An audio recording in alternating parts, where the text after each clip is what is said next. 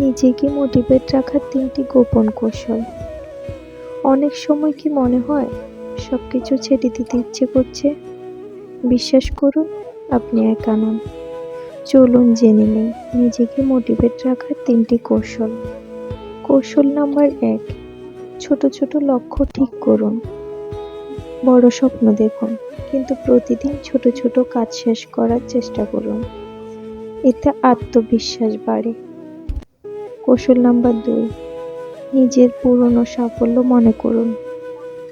আপনি যা যা অর্জন করেছেন মনে করুন। নিজেকে বলুন, আমি পারি। কৌশল নাম্বার ৩, আশেপাশের নেগেটিভ মানুষ এড়িয়ে চলুন। আপনার আশেপাশে যারা শুধু হতাশ করে, তাদের সাথে দূরত্ব বজায় রেখে চলুন। ইতিবাচক পরিবেশই আপনাকে বাঁচিয়ে রাখবে।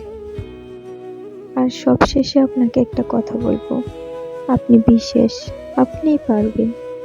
নিজের শক্তি নিজেই যোগান।